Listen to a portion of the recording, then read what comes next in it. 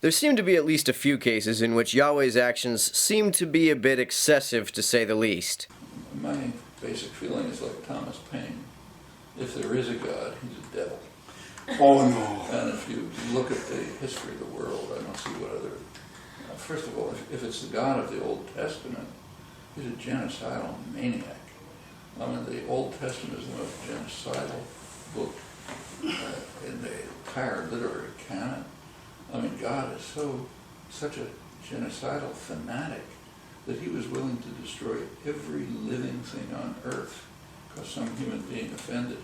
William Lane Craig argues that Yahweh ordered the Canaanites to be driven out because their culture had become so evil. How is it, though, that an evil culture justifies ethnic cleansing? How does it justify the elimination of every single Canaanite, which is what Yahweh ordered? Are we to believe that of all Canaanites there was not a single person who didn't fit in with the culture, or who at least could be taught to abandon Canaanite cultural norms, and thus be worthy of being spared? Was there not a single fucking one? Not even among the children? And why is it exactly that God had to kill every single human being except Noah and his family? When I ask Christians about the many genocides and ethnic cleansings that Yahweh either orders or performs, they sometimes answer that people needed to be killed off because sin, somehow, is inheritable, and Mary's bloodline needed to be kept clean in order for her to give birth to Jesus. But why is death necessary to ensure this? Why didn't Yahweh just sterilize everyone carrying sin genes or whatever the fuck it is that makes sin inheritable? Wouldn't that be more consistent with a perfectly benevolent